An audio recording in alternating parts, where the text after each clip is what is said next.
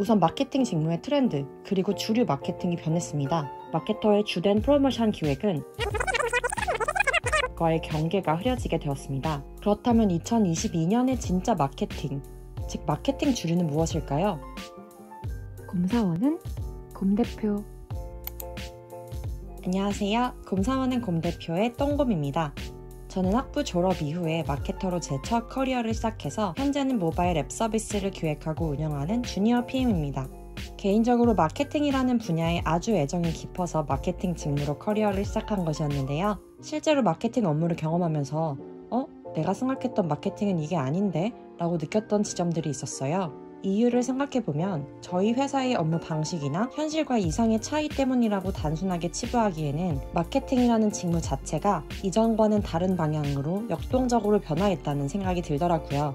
그래서 오늘은 마케팅 직무가 실무에서 어떻게 변화했는지, 그리고 앞으로 마케터의 역할은 어떠할 것인지에 대해 구체적이고 현실적으로 말씀드리려고 합니다. 마케터가 실무에서 주목하는 핵심 지표에 대한 이전 영상을 아직 안 보신 분이라면 오른쪽 상단 클릭하셔서 먼저 보고 오시길 추천드릴게요.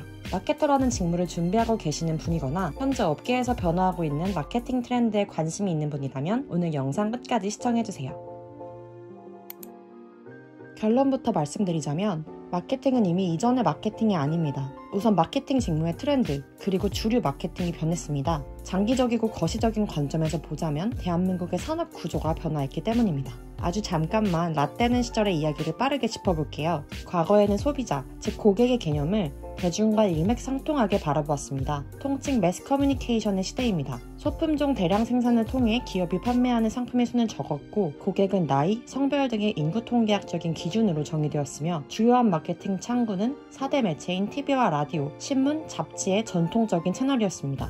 이때는 우리 회사의 상품이 타겟하는 하나의 경쟁 시장 속에서 추상적인 개념으로서 고객 혹은 대중이 좋아할 컨셉과 메시지를 업계 용어로 섹시하게 전달하는 창의적인 광고가 각광받았습니다. 광고 캠페인에서는 기용하는 모델과 카피의 영향력이 강력했고 광고가 성공하면 모델이나 카피라이터가 주목받았습니다. 소위 진짜 마케팅을 하고 싶은 사람은 인하우스 마케팅 부서가 아니라 광고 대행사를 가야 한다던 시절입니다. 그렇다면 2022년의 진짜 마케팅, 즉 마케팅 주류는 무엇일까요?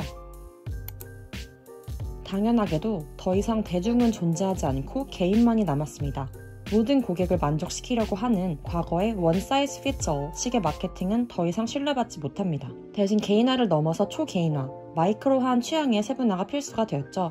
이런 개인화 마케팅의 예시는 아주 쉽게 접할 수 있는데요. 각종 쇼핑 앱에서는 고객의 이름을 직접 호명하면서 쇼핑카트에 담긴 제품을 구매하라는 초개인화 FC를 전송하고요. 고객의 포털사이트 검색 기록을 기반으로 인스타그램 등의 미디어에 고객이 흥미를 느낄 만한 소재의 광고를 선별적으로 띄우기도 합니다. 결국 마케터의 역할은 고객이 가장 관심이 있을 법한 서비스와 제품을 큐레이팅해서 관련된 프로모션을 설득력 있게 제공하는 것인데요. 과거에는 마케팅 영역 중에 광고 캠페인이 가장 집중을 받았다면 최근에는 세일즈라는 프로모션 영역이 강조되고 있다고 볼 수도 있습니다. 4대 매체를 중심으로 하는 광고 캠페인은 매출과의 직접적인 연관성을 증명하기는 어려웠는데요. 이제는 마케터는 자신의 프로모션 성과를 수치적으로 직접 증명해내야 하는 직무가 되었습니다. 프로모션의 가장 적절한 할인율을 찾기 위해 A/B 테스팅을 진행하고 마케팅 성과를 데이터로 측정하고 지표를 개선하면서 그 어느 때보다 마케터의 데이터 분석 역량이 중요해진 것이죠. 앞서 말씀드린 개인화, 그리고 프로모션성 마케팅은 어떤 채널을 통해 집행될까요? 당연하게도 고객에게 긴밀한 터치가 가능한 모바일 기기를 통해 이루어집니다. 그렇다 보니 마케터의 주된 프로모션 기획은 모바일 앱과 웹 서비스를 기획하는 서비스 기획과의 경계가 흐려지게 되었습니다. 그리고 이러한 추세는 단순히 IT 업계에만 국한되지 않습니다. 예를 들어 국내 제조업체의 대표 주자인 삼성전자는 최근 자사의 조리기구인 큐커 식품관 웹페이지를 오픈했습니다. 식품업체를 입점시켜서 이렇게 직접 식품을 판매하고 있고요. 식품 구독 마이 큐커 플랜 멤버십이라는 서비스도 판매하고 있네요. 그렇다면 이 식품 구독 서비스의 타겟 고객을 분석하고 혜택을 설계하는 것은 마케팅일까요? 서비스 기획의 영역일까요? 애초에 이 웹페이지를 운영하고 구독 서비스를 판매하는 것은 삼성전자의 가전제품을 판촉하는 마케팅 활동의 일환입니다. 즉, 이 웹페이지와 구독 서비스 관리를 마케팅 부서에서 하느냐, 서비스 기획 직군에서 하느냐는 것은 R&R 정립의 문제일 뿐 어느 직군에서 하더라도 자연스러워졌다는 것이죠. 또한 마케터와 서비스 기획자의 업무 경계가 흐려진 것은 분석하는 데이터의 종류와 데이터를 다루는 하드스킬 면에서도 그렇습니다. 제가 이전 영상에서 마케팅은 매출 등의 비즈니스 성과와 고객 데이터를 핵심 지표로 활용하는 반면 서비스 기획자는 로그 데이터와 앱 유저를 중심으로 데이터를 분석한다고 말씀드렸었어요. 실제로 영업 마케팅은 자사 고객과 매출 데이터를 분석해서 회사의 영업 전략을 세우는 데에 업무에 큰 비중을 두고 있습니다. 그러나 이외의 마케팅 영역에서는 마케팅 소재 자체가 IT 서비스가 된 경우가 많아졌습니다. 유형의 제품을 판매하는 것보다도 IT 서비스를 잘 만들어서 그 안에서 판매를 유도하는 것이 중요한 시대가 되어 마케터도 결국 IT 서비스를 마케팅하게 된 것입니다. IT 서비스는 그 특성상 디지털 마케팅으로 광고하는 경우가 대부분이고 고객이 해당 서비스에 유입되고 이용하는 자연스러운 흐름 속에서 마케팅 활동에 필요한 고객의 로그 데이터가 수집됩니다. 이때 퍼포먼스 마케터는 소재, 마케팅 매체나 구자에 대해 A/B 테스트를 진행을 하게 되고요. 해당 마케팅 캠페인에서 유의미한 KPI를 도출하기 위해 필요한 데이터가 로그 데이터로 적재될 수 있도록 앱 내 이벤트를 정의해야 합니다.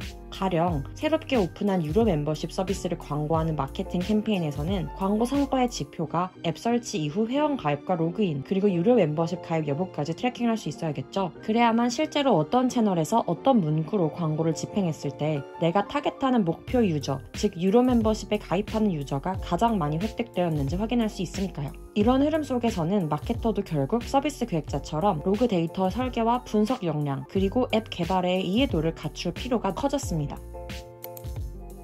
지금까지 내용을 종합해보자면 최근의 마케팅은 초개인화와 모바일 디바이스로의 마케팅 채널 변화, 그리고 디지털 환경에 대한 높은 이해도를 요구하는 상황인데요.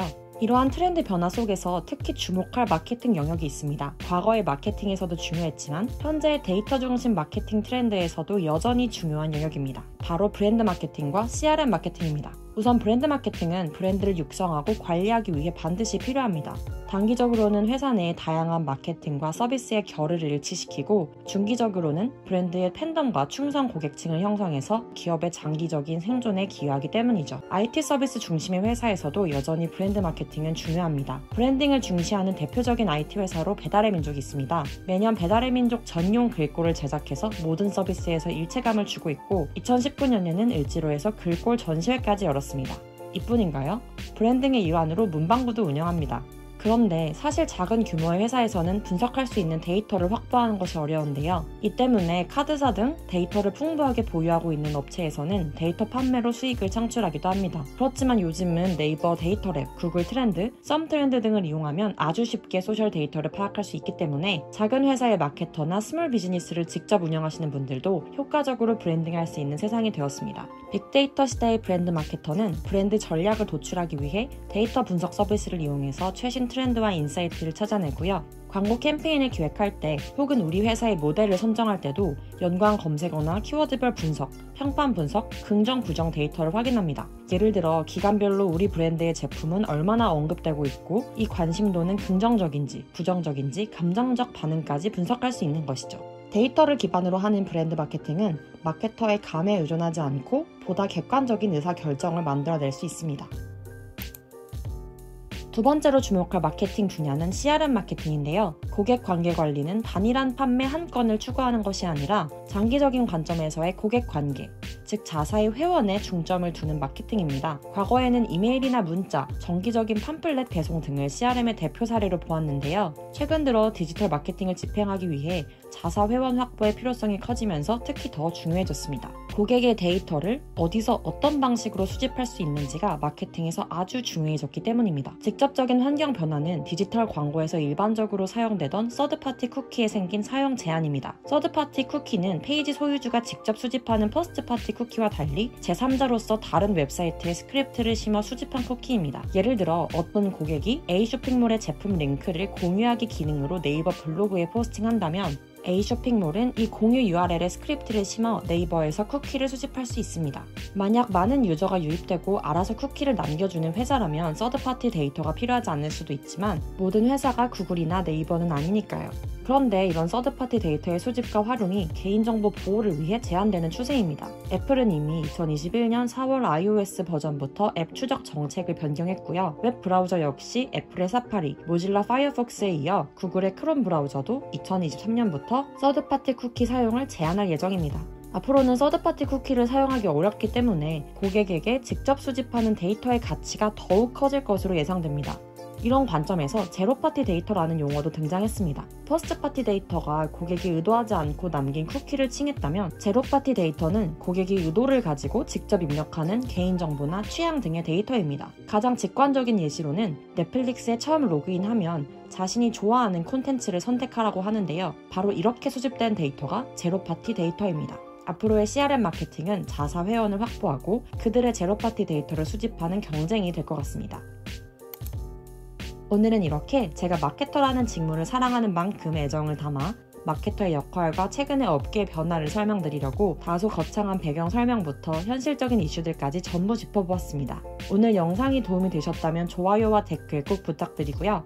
오늘 말씀드린 빅데이터 기반의 변화 이외에도 여전히 마케터의 주요한 핵심 지표인 매출과 고객 분석을 실전적으로 알려드리는 영상도 시리즈로 준비하고 있습니다. 그러니 저희 채널 구독과 알림 설정하셔서 놓치지 마세요. 오늘 영상 시청해주셔서 감사합니다. 지금까지 똥곰이었습니다.